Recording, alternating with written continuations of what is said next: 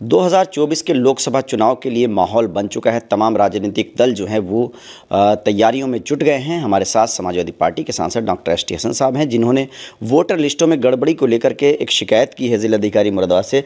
Sir, क्या शिकायत आपने की है और किस तरह की शिकायतें आपको मिली हैं? देखिए, वोटर लिस्ट के अंदर मेरे संज्ञान में आया है कि बड़े पैमाने के ऊपर गड़बड़ी की जा रही है।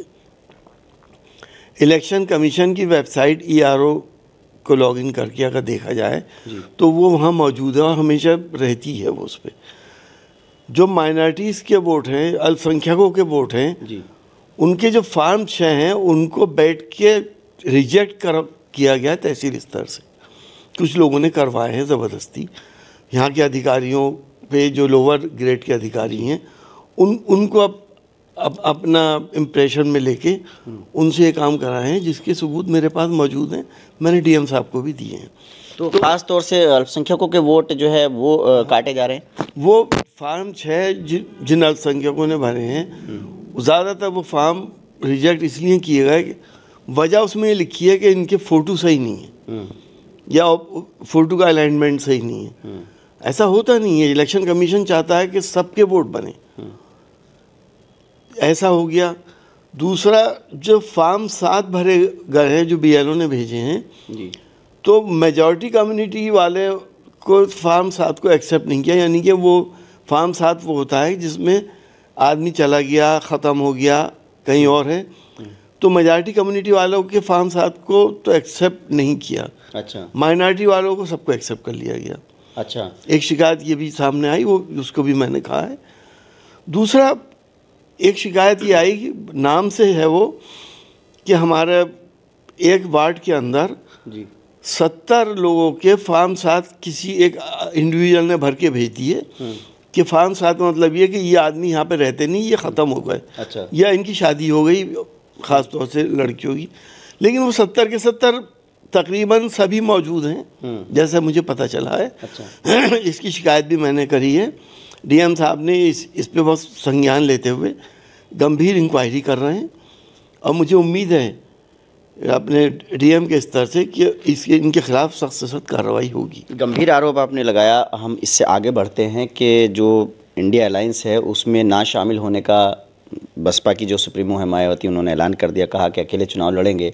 और अखिलेश यादव जी को उन्होंने कह दिया कि वो गिरगिट की तरह रंग बदलते हैं। तो इस बयान को किस तरह से आप देख रहे हैं और इसका कितना नुकसान होगा चुनाव में? देखिए, मायावती जी भी प्रदेश की बड़ी नेता हैं, कई बार चीफ मिनिस्टर रह चुकी हैं। हम सब भी उनका सम्मान करते हैं। उन्होंने क्या कह दिया अखिलेश जी को, क्या नहीं कहा, मैं उसके बारे में टिप्पणी नहीं कर सकता। ये तो जनता तय करेगी जी कि कौन क्या है और कौन क्या नहीं है। उन्होंने तो पहले ही ये फैसले ले लिए थे कि हम अलायंस में नहीं आएंगे। और जब उन्होंने फैसला लिया था, हालांकि गठबंधन के लोग चाहते थे कि मायावती जी भी साथ आएँ अगर BJP को हटाना है। जो BJP को हटाना चाहते हैं वो गठबंधन में आए, जिससे वो ताकत बढ़े गठबंधन की और BJP को हटाया जा सके। लेकिन उन्होंने ये दलील दी है कि उनका जो वोट है कैडर, वो तो दूसरी पार्टियों की तरफ शिफ्ट हो जाता है जब गठबंधन होता है, लेकिन बसपा के प्रत्याशियों को दूसरी पार्टियों का वोट बैंक नहीं मिल पाता है, इसलिए उन्हें कोई लाभ नहीं होता है गठबंधन से। कभी 16वीं लोकसभा में मायावती जी का एक भी MP नहीं था। 17वीं लोकसभा में 10 MP कहाँ से हुए? सारा वोट उनको मिला। बिजनौर की कॉन्स्टिट्यूंसी में देखिए, नगीना मुस्लिम कॉन्स्टिट्यूंसी है, वहाँ से भी उनके MP जीते। ऐसा नहीं है। समाजवादी पार्टी ने बड़ी ईमानदारी से गठबंधन धर्म को निभाया था और उनको फ़ायदा ज़्यादा हुआ, हमें फ़ायदा कम हुआ। इंडिया गठबंधन में अभी किसी एक चेहरे पे जो संयोजक है नाम पे लेकर के जो है तय नहीं हो पा रहा है। कांग्रेस के नेता कोशिश कर रहे हैं, लेकिन नीतीश कुमार के नाम पर जो है बताया जा रहा है ममता जी का एतराज़ है। ममता जी के नाम पर नीतीश जी की तरफ से एतराज़ हो जाता है। तो इस देरी से और सीटों का बंटवारा भी अभी नहीं हो पा रहा है, तो कितना असर पड़ेगा? और क्या आपको लगता है कि उत्तर प्रदेश में अगर ख़ास बात करें कि मायावती जी अगर अलग लड़ेंगी चुनाव और NDA गठबंधन और इंडिया गठबंधन दो अलग अलग गठबंधन हैं, तो और एक तरफ मायावती और अन्य दल रहेंगे, तो ये क्या इंडिया गठबंधन को इससे नुकसान होगा या लाभ होगा मायावती जी के अकेले चुनाव लड़ने से? देखिए, ये सब बड़े नेताओं के फैसले हैं, कौन संयोजक बने कौन ना बने, इस पर तो मैं क्या राय दे सकता हूँ। लेकिन सब लोग कलेक्टिवली बड़ी ईमानदारी से गठबंधन को आगे बढ़ा रहे हैं। कहीं पर भी अगर कोई कड़वाहट आती है तो सब लोग उसको नज़रअंदाज करते हैं। हमारा लक्ष्य चिड़िया की आँख के ऊपर है। छोटी मोटी बातों पे हम गठबंधन को ख़त्म नहीं करा सकते, ना ही उसको बर्बाद कर सकते। मायावती जी जो भी फैसले लें, ये उनके अपने फैसले हैं।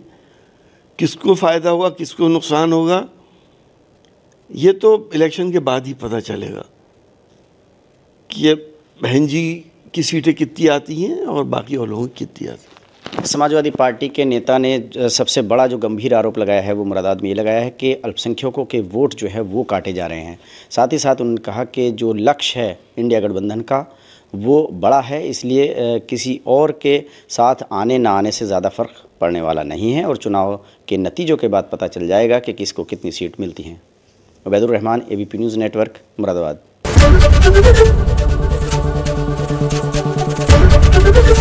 ABP गंगा, खबर आपकी, जुबान आपकी।